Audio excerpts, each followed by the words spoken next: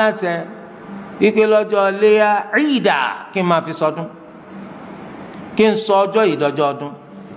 ja'alahu Allahu azza wa jalla li hadhihi al-umma Allahu ọba tọ́gatọ́ gbangban ló ṣe bẹ́ẹ̀ fálọ́mà yìí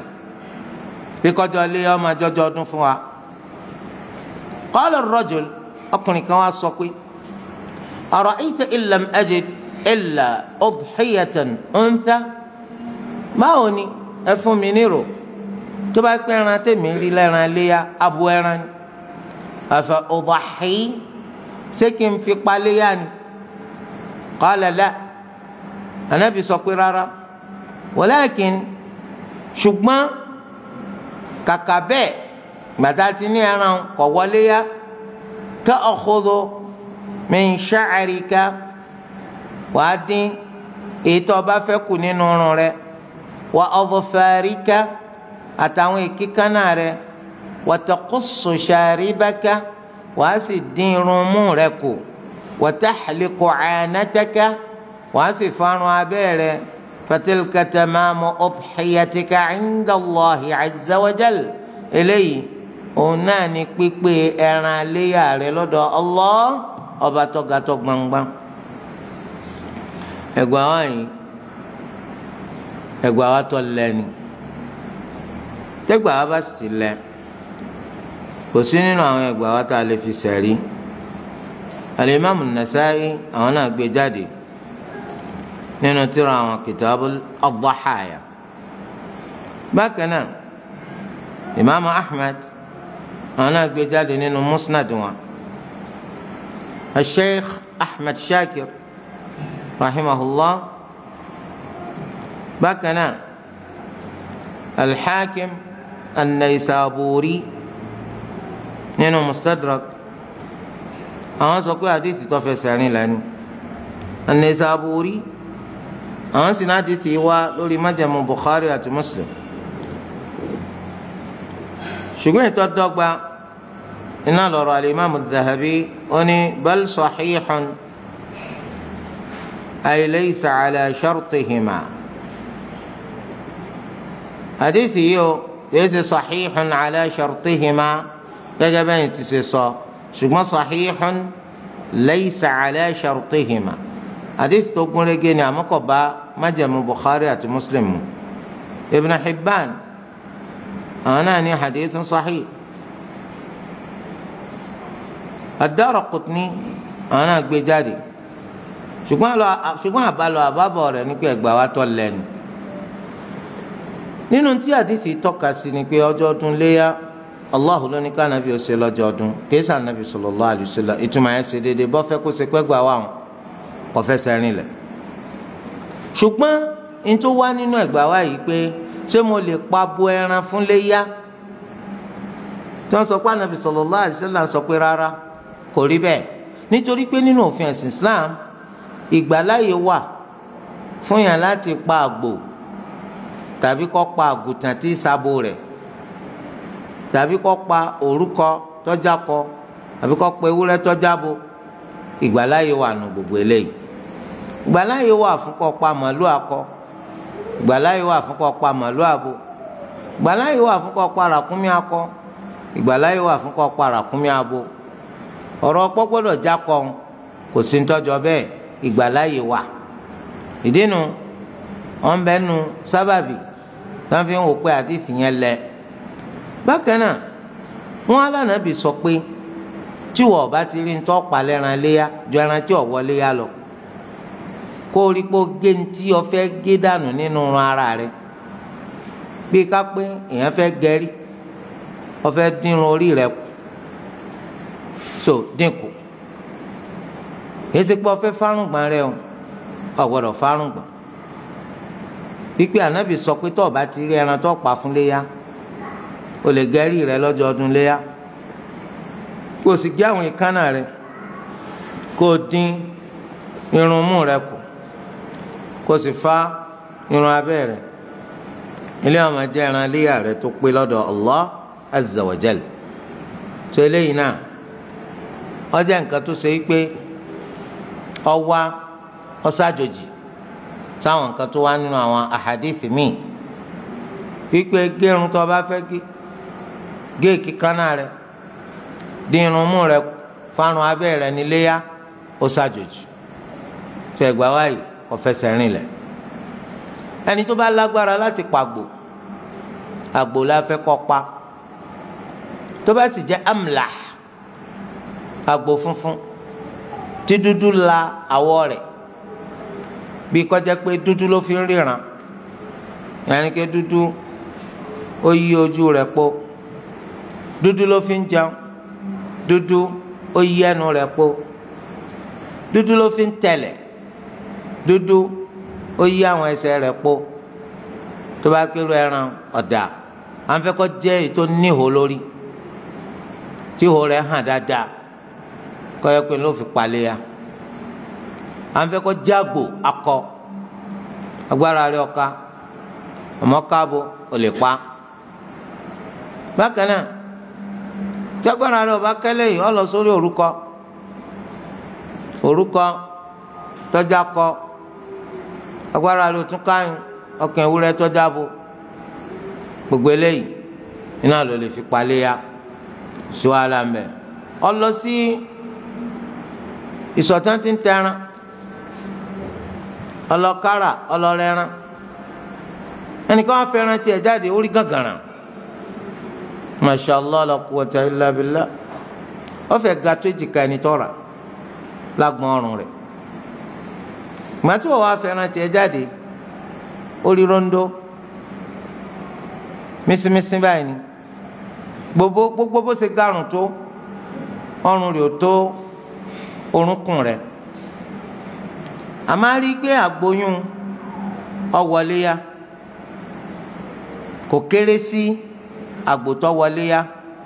kí lójú fẹ́ máa tì ọ́ sí gánà rí ọwọ́ láti fẹ́ràn wálé kò lè rọgbọ kọ́lọ́kadà ọbọ̀ gbé ó bùkátà rẹ̀ torí pé ẹ̀sìn ni wọ́n fẹ́ ṣe ẹ̀sìn ló fẹ́ ṣe ní tó sì gbọ́dọ̀ jà lọ́dọ̀ ní tó fẹ́ ṣẹ̀sìn ni kí Allah kó tẹ́wọ́ gbà tó bá ti tẹ́wọ́ gbà okú oríire kí ló fẹ́ fi ọ̀rọ̀ àwọn ẹlẹ́nu rúrùn sí bẹ́ẹ̀ bá rẹ́ran tó pa díẹ̀ ló fi ga jù olóńgbò lọ kí ló kàn pẹ̀lú wọn ẹ̀sìn ni wọ́n fẹ́ ṣe àfojúsùn rẹ ni kí Allah gbà lẹ́yìn ìjẹba bákan náà Islam fi hàn wá o ẹni tó bá ní irun kó mójútó irun rẹ̀ irun orí yín ẹ mójútó kí sùpọ̀ kan fi irun lẹ̀ lórí bíi ti wèrè ìran àmọ́ galẹ ọ lórí òní wẹ̀ kọ́ fọrun orí rẹ̀ ìdá gbogbo gbindigbindin yóò so mọ́ ọ lórí ìran àmọ́ sọ̀rọ̀ rẹ̀ di dada mọ́ ọ lórí ńgbà tí èyí yà tọ́ba tí wàá yọ ọlọ́kan pé wèrè abẹ́ntọ́gbádùn mójútó irun rẹ̀ bẹ́ẹ̀ ni ṣẹ̀ríà fi kọ́ wa ṣẹ̀ríà ò lòdì sí kí irun pọ̀ lórí rẹ̀ kó mójútó kó máa tọ́jú ẹ̀ kó máa wẹ̀ kó máa yarun orí ẹ̀ má kàn parun tì mára rẹ̀ lórí bí ẹni tó ṣe pé nǹkan kan ń sọpọlọ rẹ̀ tó bá fẹ́ dínrun rẹ̀ kù kò sí tó burú bẹ́ẹ̀ o kò sí tó burú bẹ́ẹ̀ pàápàá jùlọ wọ́n bẹ nínú àwọn ètò pé tí irun bá ti ń pọ̀ lórí wọn ní gbádùn orí yun orí ọmọ yún wọn kò ní rí ìgbádùn pẹ̀lú orí rẹ̀ àfi tó bá dínrun yun kù ó lè dínrun rẹ̀ kù tó bá yẹ pé díndín kù lásán kò ní jẹ́ kó oníṣìmí àfi kó fa kó máa dán pandaran kó burú. bó tilẹ̀ jẹ́ pé tí o bá nídìí kí wọ́n fẹ́ máa dánrí sí láì lọ sí hajj àbí lọ sí umrah tí wọ́n fẹ́ máa dánrí sí tẹ́lẹ̀ máa fi sàmì pé wọ́n máa mọ̀ pé ń bẹ̀rù Allah abadan wa ma zuhdu taqiyyi bi halqi ra'si níta fi dàmà ikú ọ̀nra ayé sá kò sínú kọ́ máa fárí kọ́ máa dánrí pandaran o lè dánrí pandaran kọ́ dọ́daràn. wala birtida'i athwabin ghiladi kò sì sínú ká máa wọṣọ kíjì pàkáyé torí at-taqwa imtithalul awamir wajtinabu an-nawahi wọ́n máa ṣe ń tọ́lu àfikún ọlọ́sẹ̀ kò jìnnà sí ń tọ́lu akọ ni wọ́n ń pè ní ìbẹ̀rù Allah. bákan náà ṣẹ̀rí à ń fẹ́ ká máa rí ìkànnà wa yẹsì pọ́kàn fi ìkànnà sọ́wọ́ bíi tàwọn wèrè torí pé wèrè ọ̀nà rẹ̀ pọ̀ ó wù ọ́ náà ká pé yóò rí ìkànnà ṣùgbọ́n náà pọ̀ so ìwọ ní ìsinyìí báyìí alhamdulillah nǹkan kan ò sí ọ kí ló dé tí ìkànnà rẹ̀ wá gún sọ́nbọ́lọ́ àbálàlìjànú ni ọ́ ni torí àwọn alálìjànú ara ń tàlìjànú máa dá fún wa nu fi ìkànnà rẹ̀ lẹ́ báwọn wọ́n máa fi kó gbẹ kó dọ̀tí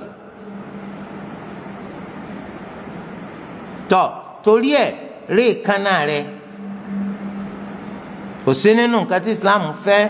kọ́ máa dé ìkànnà sí kọ́ máa wá gùn lọ ìbá àjọkùnrin ìbá àjọbìnrin kò sì sí nínú tí Islam fẹ́ kọjá pé gbogbo ìkíkánná rẹ ló gé àmọ́ yàtọ̀ sí tọ́ máa dínrín ti ka kékeré yun ọwọ́ adùn sí òun agúngbọ̀n àná wọn ni wọ́n fi ayé máa fi irú ẹ̀ soge ó gé kíni àbọ̀bùn ó tiẹ̀ tó àwọn télọ̀ àtàwọn tí ń ṣiṣẹ́ ẹja kan àwọn máa sábà fẹ́ dá ìkíkánná ọmọdéńrín wọn máa dá sí kò wá sí nínú nǹkan tí sẹ́rí àgbà láàyè ipò ti gé kíkánná tiẹ̀ tó lù wá dámọ́ ọ̀la kó tún wá lọ lẹ èkíkánná kan eléyìí tó jẹ́ tàtọwọ́dá kọ́ lẹ́ mọ́wọ́ rẹ ìwọ obìnrin lórúkọ pọ́ǹsoge ó gé kíni ó gé kíni èkíkánná rẹ wọ́n ní oge ó tún wá lọ dìkan mọ́wọ́ wọ́n wá gún sọ̀nbọ̀lọ̀ wọ́n kún lọ́dọ̀ oríṣiríṣi.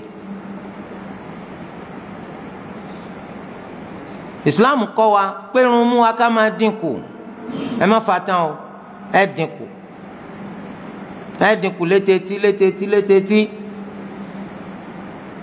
ká wá fi irun mú sílẹ̀ kọ́ pọ̀ bí igbó lẹ́nu wa Islam ò fara mọ́ pé irun mú ni science olódo irun mú ṣe jẹ́ science bẹ́ẹ̀ báwọn mutí ṣe máa ń ṣe yẹn yóò wù wọn pé táwọn bá mutí èfófó orí ìgò orí ọtí táwọn mu kó dì má irun mú àwọn wọn á ní kùnú ni wọn máa mu ọfẹ kí kùnú wọn máa dì márùn mú rẹ tánlọ́ọ̀bù irun mú rẹ dínkù irùngbọ̀n rẹ fi lẹ̀ jọ ẹ̀ sí àbí ó ṣe jẹ́ kó ojoojúmọ́ lọ́n ha abẹ́fẹ́lẹ́ tí ọba ti fi ha gbọ́njọ́ kan kọ́ gbádùn ó lóun fẹ́ wà smart wọn fẹ́ kán máa wo pọ́ùn ti gbó ó yẹ kó smart wọ sàárè táwọn màláíkà ó fi mọ̀ pé yes ẹni tó bá alálejò lónìí is a smart man máa tán rẹ̀ dànù ó ní tí yẹn bá dárúgbọ̀n sí yẹn ọkàn darúgbò òjijì ni abẹ́rẹ́ rí bẹ́ẹ̀ sẹ́mi kọ́dún yẹn ọmọ alékún ni tí yẹn bá ti dárúgbọ̀n sí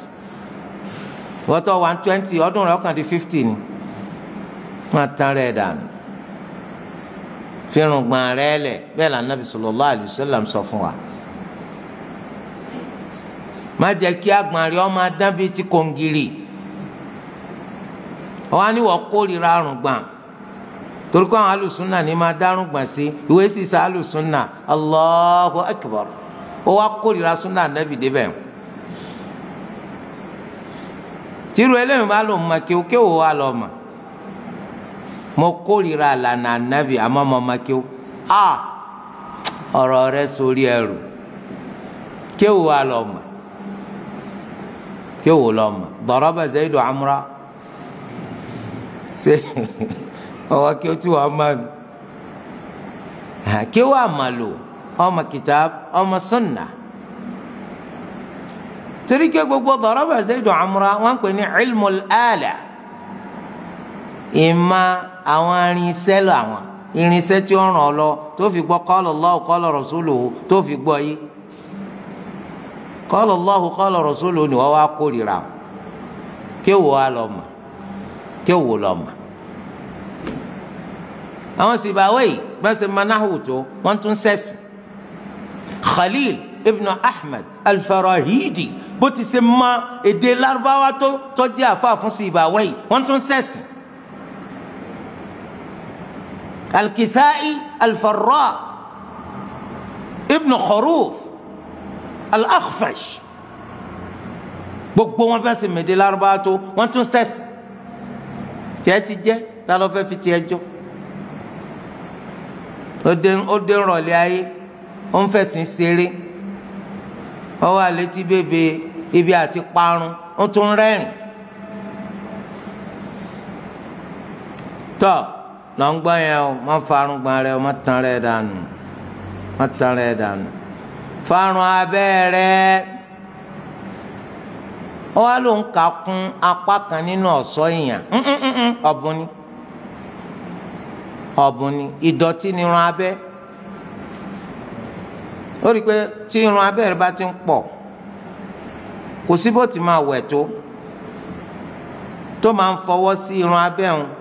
ó rí tí ó máa ṣe bí gírísì ìdọ̀tí nù èérí nù kò sí bá a ṣe fẹ́ ṣe irun abẹ́ tí ó bọ́ lọ́wọ́ èérí Islam ní kó fa ìbá àjọkùnrin ìbá àjọbìnrin ilé ìjẹba babul udhiyati anil mayyit ilé ìjẹ abala kejì àti rí nínú abala alákọ̀ọ́kọ́ pé ìtọ́ dọ́gba náà ní pé ẹran iléyà kì í sọ̀ràn yẹn sunna ni kí là ń pè ní sunna nínú usul al-fiqh náà ni ma yumdahu fa'iluhu shar'a wa la yudhammu tarikuhu òun náà ní nǹkan tó ṣe pé tí wọn bá ṣe lábẹ́ òfin ṣẹ̀ríyà á sọ̀rọ̀ rẹ̀ ń dáadáa àyè sì bẹnu àtẹ́lu ẹni tí ó bá ṣe a kì í bẹnu àtẹ́lu ẹni tí ó bá ṣe. àwọn ìgbà wa kan wá èyí tí ò sí nínú Sunan Abi Dawud táwọn olùmọ̀kan fi pè lọ́ranyàn nínú rẹ̀ lẹ́gbàá wa tún sọ pé ẹni tó bá ní ní tó lè fi paléyà tí ò paléyà kò gbọdọ̀ wá síbi tá a ti fẹ́ ṣe ìdì sàmà pé lẹ́yìn túmọ̀ sí pé ọ̀ranyàn. bákan náà Olúwa ní inna a'tainaka al-kawthar fasalli li rabbika wanhar inna shani'aka huwa al-abtar wọ́n ní fasalli li rabbika salatul eid wanhar kò sì gúnra fasalli amr wanhar amr ajẹ́ pé ọ̀ranyàn ní salatul eid ọ̀ranyàn ní iléyà eléyìí ọ̀rọ̀ tuntun ni lọ́dọ̀ àwọn olùmọ̀tọ́ pọ̀jù kì í sọ̀ranyàn nítorí pé Ànábì sallallahu alaihi wasallam nínú àwọn àdìsí púpọ̀ ó fi hàn pé iye òǹkà sọ̀láàtì tọ́jú ọ̀ranyàn lé wa lórí mélòó ni 5 tá a bá fi salatul eid kún yóò di mélòó dáhùn 6 báwo náà ṣe ìdù léyà ni wọ́n sọ bí àbí ìdù ti ìtúnu mélòó ni ọjà 6 torí ẹni tó bá bí ọ léèrè béèrè nù dáwọ òfin máa ń di àwọn béèrè tó máa ń bí àwọn máa ń lẹ́kọ̀ọ́ ẹ béèrè béèrè tí gbogbo èèyàn lè dáhùn ẹ tún béèrè tí gbogbo wọn lè dáhùn ẹ béèrè béèrè tó ṣe pé gbogbo wọn ò ní lè dáhùn ẹ béèrè béèrè tó ṣe pé àfi ọmọ tó bá ní gbìyànjú ìpele mélòó nù 3 torí ẹ lẹ́sìn rí ọ̀pọ̀lọpọ̀ ọmọ tó máa ń fail torí pé tí wọn bá máa categorize ìbéèrè bẹ́ẹ̀ àwọn ọmọ kan wà tó jẹ́ pé wọn à ní gbìyànjú rárá àwọn náà máa ṣàṣeyege bí àwọn ọmọ tó ní gbìyànjú gidi ìdánwò wa ní jẹ́ ká mà ṣé òṣùwọ̀n tá à ń lò láti mọ ipò tá a lè tò àwọn ọmọ yìí sí sọ́dà àbí ọ̀dà tó bá sì jẹ́ pé a jẹ́ kí gbogbo ó le yóò jẹ́ pé ká ti ilé ẹ̀kọ́ ń ló pé nítorí pé ọmọ 2 péré ní ó pass nínú 100 a ṣe ń tọ́da a gbìyànjú láti jẹ́ kẹ́ni tí ò ní gbìyànjú náà gbìyànjú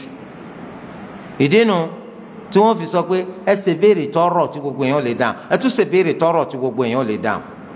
torí pé tó bá gba méjì òun inshallah ó lè ní pass mark. sẹ́rẹ́lẹ̀ kẹta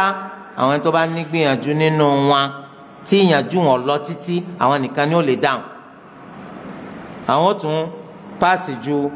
àwọn ẹni tí ò ní gbìyànjú lọ títí ẹ wá ṣe kan tó ṣe pé àfi ọmọ tó dára ẹ lójú nìkan ìdí nu tí wọ́n sọ pé lè gba first class distinction kó o lè fẹnu yá dànù sọ́dà bí ẹni tí wọ́n pè ń pass wọn náà gbọ́n ní pass you are just given the chance to pass kì í ṣe pé ọwọ́ tiẹ̀ àmọ́ kọ́ mọ́ bàjẹ́ pé àtìléèwé ká má tilé kí ó ìdí nu tí wọ́n fi pass yẹ so àmọ́ àwọn ọmọ tí àwọn gbárí dáadáa torí ẹ̀ ní ọmọ tó gbárí lásìkò tẹ́ máa ń ṣe ìdánwò fún ọ tó bá ti ka torí pé inú ọmọ bí ni pé gbogbo ẹ ṣe rọ̀ báyìí má bínú àfẹ́ kọjá pé torí irú rẹ nìkan láti dálé ẹ̀kọ́ lẹ̀ àwọn ọmọ olódo náà fẹ́ káwọn náà ṣàṣeyege kò sí ọmọ tó ní gbìyànjú láyé any institution in the world tó bá ti fún wọn ní ìdánwò inú ọmọ bí ni pé gbogbo ẹ ṣe wá rọ̀ báyìí ládùúrú tí mo gbèrú Allahu Akbar nígbà tí àwọn ọmọ kan sọ pé subhanallah ìdánwò yìí ti lé jù ìkàlà wọn kí ni wọn fẹ́ ká páàsì ni aló ti rọ̀jú o nígbà tó ṣe pé oorun ní sùn nígbà táwọn ẹlẹgbẹ́ rẹ̀ ń kà lákàtúnkà ọ̀rẹ́ ní kóká nígbà táwọn ń lọ library táwọn ń ṣe research òfófó ní báká nígbà tí àwọn ọmọ tó tún revise formula after formula àwọn abiléèrè nǹkankan láàpẹ ẹ bá ń wó mi níjọ́ ìdánwò ẹ bá ń wó mi omi báwo ó lóun gbẹgbẹ mi wá ni wọn á gbómi fún un ó ní kò tó pé bọ́kẹ́tì tí wọ́n á da mi sí nìkan gbé wa wọn á gbé bọ́kẹ́tì wa wọn á ní kó mú kọ́ọ̀pù wa káwọn náà ti mọ̀ kó wọ́n mọ̀ fún tọ́ba bomi tọ́ba fán ha ọ̀nà arsubu wahdi sẹ́mi nìkan ní kí n fẹ́ẹ̀lì má ma'qul kọ́bálà ká ẹ̀ mọ́ gbogbo alájọ fẹ́ẹ̀lì ìyẹn ni pé gbogbo òwe ìdánwò àwọn yòókù ọ̀fẹ́ kó rin kó tó di kó wọn afọlọ́pàá gbé so eléyìí túmọ̀ sí pé múra kó lé ẹgbàá wáyé wọ́n ní abala kápẹ́ran léyà fókù ẹni tí wọ́n máa béèrè ní sí bàbá wa ti kú sálẹ̀ máa pẹ́ran léyà fún wa bàbá sàsọ́ọ̀lẹ̀ ọdọọdún ni ká máa pa léyà fáwọn sẹ́sì mọ́ pé Ànábì sallallahu alaihi wasallam ní idha mata ibnu Adama inqata'a 'amaluhu illa min thalath tọ́mọ Ádámù bá ti kú iṣẹ́ rẹ̀ ó ti tán ìtàn kọ́ládá fún lórí ó ti tán àfisẹ́ mẹ́ta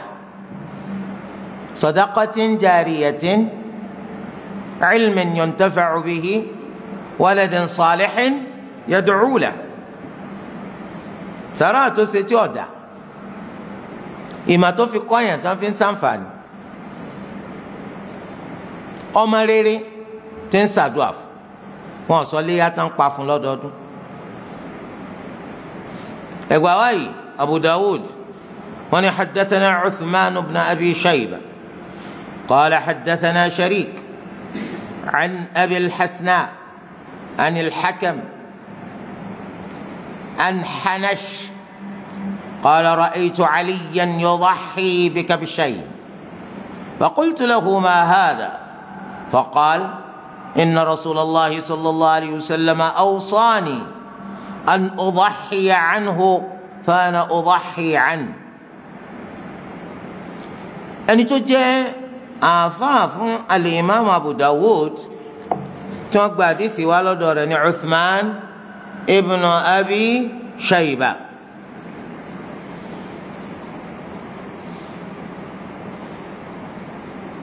Uthman ibn Abi Shayba wa Abubakar ibn Abi Shayba wa Abubakar ibn Abi Shayba Shaykh al-Bukhari wọ́n jẹ́ àáfàá Imam al-Bukhari sẹ́mi pé Ibn Abi Shayba rahimahullah wọ́n ní tírà kan tá à ń pè ní kíni al-Musannaf لابن أبي شيبة المصنف لابن أبي شيبة ابن أبي شيبة شيخ البخاري أبو بكر أصلي مصنف مين تعالوا الإمام عبد الرزاق الصنعاني عبد الرزاق الصنعاني ولتك مصنف كجي تو وقبع ووايوا لا تدع حنش نون شين قال رأيت عليا مري علي يضحي بكبشين تنقل عليها بلا أقو ميجي كان فقلت له ما هذا ما أصف كوكين للي فقال إن رسول الله صلى الله عليه وسلم أوصاني أن أضحي عنه فأنا أضحي عنه النبي صلى الله عليه وسلم قام لاسه كما قلنا لي أفهم إمسن قلنا لي أفهم تا إقباوين علي بن أبي طالب رضي الله عنه wọ́n rí pọ́pọ́ àgbò méjì wọ́n wá sọ nínú ẹgbàá wa yìí pé méjèèjì tiẹ̀ ni àbí méjèèjì ẹsẹ̀ tiẹ̀ kí wọ́n á ní tó pàkíyèsí ẹni tí ń ṣèbéèrè tó fi ń ṣèbéèrè ní tó súnmọ́ pọ́ pàkíyèsí rẹ̀ ni pé èé ti rí tó fi pa méjì ìyẹn ni pé méjì tó pa lọ́ pàkíyèsí rẹ̀ ṣé wọn náà ló ní méjèèjì ni lọ́n ti pé kò sí ní tó burú ọba àpá méjì ọba àpá mẹ́ta ọba àpá jù bẹ́ẹ̀ lọ bá gbára rẹ bá ti ṣe má ẹ sá mẹ́fẹ́ ran ṣòfò ẹ má fẹ́ ran aráàlú nítorí súnmọ́ ni kọ́jọ́ pé àlì ìpà kan fúnra rẹ̀ èkejì bóòlù ti jẹ́ oníbèrè ń béèrè ọ wá ní Ànábì sallallahu alayhi wa sallam àwọn ni wọ́n pọ̀ ńlá sẹ́ wọ́n sọ àsọtẹ́lẹ̀ kí wọ́n tó kú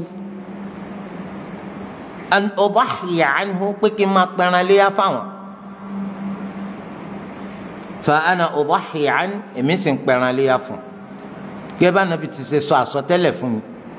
ìní mò ń mú ṣẹ. ìgbà wa yìí ọjọ́ ìgbà wa tí ó fẹsẹ̀ rinlẹ̀ ọlẹ̀ al-Imam at-Tirmidhi àwọn náà gbà wá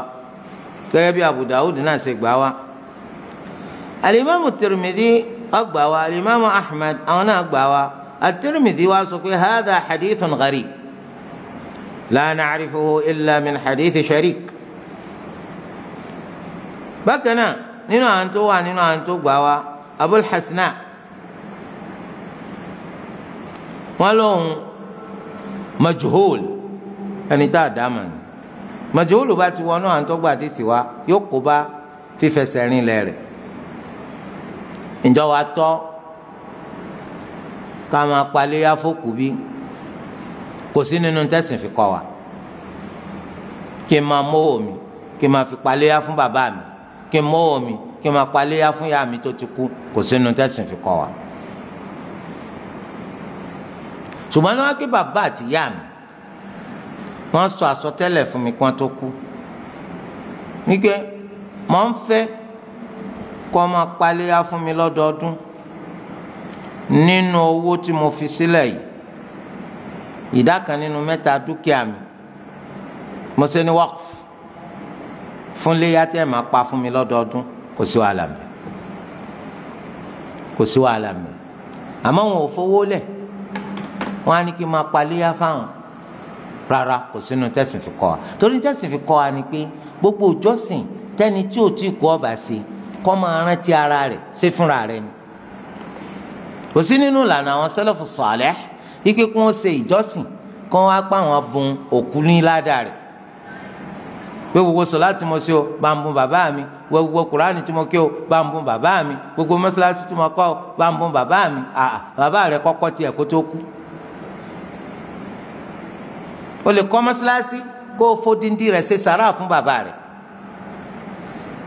bàbá rẹ̀ ó gba ládàá rẹ̀ lódìndín torí pé kèésùn lọ́kọ pẹ̀lú owó ẹ̀ wáyé o kó wá sọ pé lọ́dọọdún náà máa paléyà fún bàbá rẹ̀ nínú owó rẹ̀ kò sínú tẹ̀sìn fi kọ́ wa wọ́n ní kó máa pa tiẹ̀ ṣùgbọ́n o lè mú bàbá rẹ̀ àti màmá rẹ̀ tán ti kú láǹfààní nínú ládé ẹran iléyà rẹ̀ tó bá pa wọ́n sọ pé ẹran iléyà tèmi ni àti bàbá àti ìyá mi àti gbogbo ará ilé mi bàbá àti ìyá mi tó ti kú wọ́n gbà ládàá mbẹ mọ̀ pé kó apá odidi ẹran kó ló fi sọrí pé ọ̀pá fún bàbá rẹ̀ ọ̀pá fún ìyá rẹ̀ lẹ́ran sì pọ̀ ńlẹ̀ ọ̀pá fún ọmọ rẹ̀ tó ti kú ọ̀pá fún ìyàwó rẹ̀ tó ti kú gbogbo eléyìí ò sínú tẹ̀sìn fi kọ́ wa eléyìí ò jẹ́ bá wọn. ẹgbẹ́ wa yìí kò fẹsẹ̀ rinlẹ̀ kò fẹsẹ̀ rinlẹ̀ ṣùgbọ́n ẹni tó bá paléyà tó fi ẹnìkan nínú àwọn èèyàn rẹ̀ tó ti kú tó fi sínú pé ẹran léyòhùn àti tiwọn ni Olúwa Ẹlẹ́dàá yóò fún wọn ládàá ilé ìjẹbi tá a fẹ́ dúró lónìí abẹ́ Allah azza wa jal kó ràn wá lọ láti gbẹ́sìn wáyé kó sì jẹ́ ká máa fi táǹkọ́ yìí ká máa fi ṣe wà hù subhanakallahumma wa bihamdik ashhadu an la ilaha illa ant astaghfiruka wa atubu ilayk.